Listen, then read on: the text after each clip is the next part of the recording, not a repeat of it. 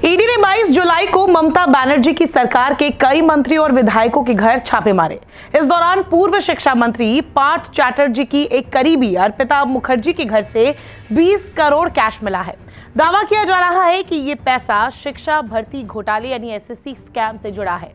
ममता के करीबी मंत्रियों का क्या है कनेक्शन, कौन है अर्पिता मुखर्जी, सिलसिलेवार तरीके से बताएंगे इस छापेमारी की पूरी डिटेल। देखिए रिपोर्ट। पश्चिम बंगाल में शिक्षक भर्ती घोटाला मामले में ईडी ने बड़ी कार्रवाई की है। ईडी ने टीएमसी के महासचिव पार्थ चैटर्जी को गिरफ्तार कर लिया है।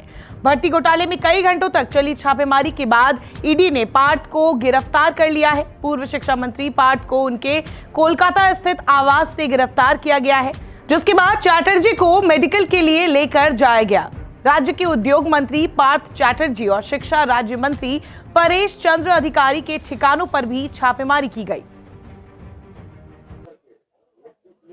हम इस समय मौजूद हैं पार्थो चट्टोपाध्याय। देखिए, मुख्यमंत्री ममता बनर्जी के 2 मंत्री और 13 जगहों पे ईडी का छापा पड़ा है। और जिस तरह से देखें कि करीबन यहाँ कई घंटों से ईडी के जो अधिकारी हैं पार्थो चट्टोपाध्याय, जो कि पूर्व शिक्षा मंत्री थे, और शिक्षा में जिस तरह से कहें कि लेन देन के पैसे के जिस तरह से धांधली हुआ था, उसको लेकर यहाँ पे जो ईडी के जो आला अधिकारी है वो पहुंच चुके हैं। बाकायदा उनके बयान दर्ज किया जा रहा है। और ईडी के जो 8 जो संसदीय टीम है, देखिए किस तरह से यहाँ पे जो सुरक्षा की व्यवस्था से चौक चौबंद कर दिया गया है। कोलकाता के पुलिस जो है पूरी तरह से बैरिकेड कर दिए हैं।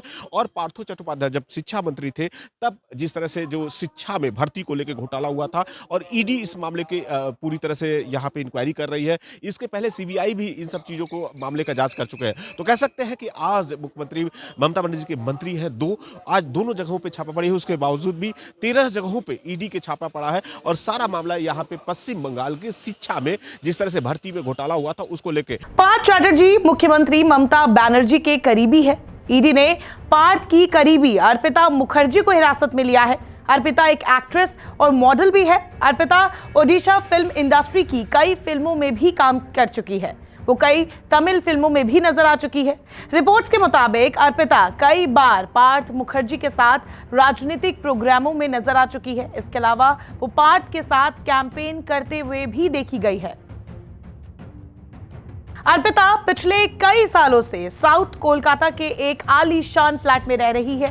फिलहाल ईडी के रेड में उनके घर से 20 करोड़ का कैश बरामद हुआ है। अर्पिता मुखर्जी के फ्लैट पर 11 घंटे की छापेमारी के बाद 2 बैग बरामद किए। इस बैग में रुपए ठूस कर भरे थे। ईडी ने गिनने के लिए बैग से रुपए पलटे तो सारे 2000 और 500 रुपए के नोटों की गड्डियां थी। इतना ही नहीं, ये नोट एकदम नए और करारे थे।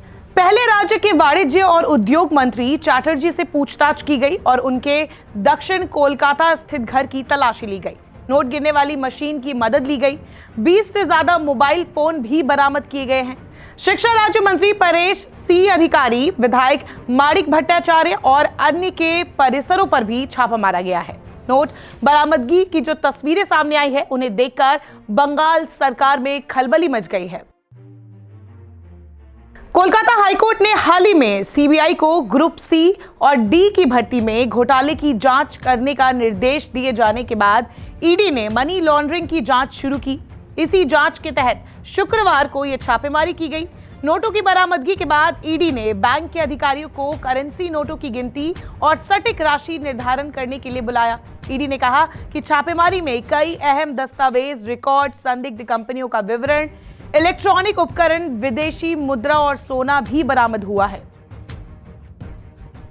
ईडी के अधिकारियों ने बताया कि ये बरामदगी सरकारी स्कूलों में नियुक्ति घोटाले और कथित मनी लॉन्ड्रिंग पर प्रकाश डाल सकते हैं। ईडी के सूत्रों के मुताबिक मंत्री पार्थ चैटर्जी की सहयोगी अर्पिता मुखर्जी का आवास शुरू में छापेमारी करने की कोई तैयारी में नहीं थी।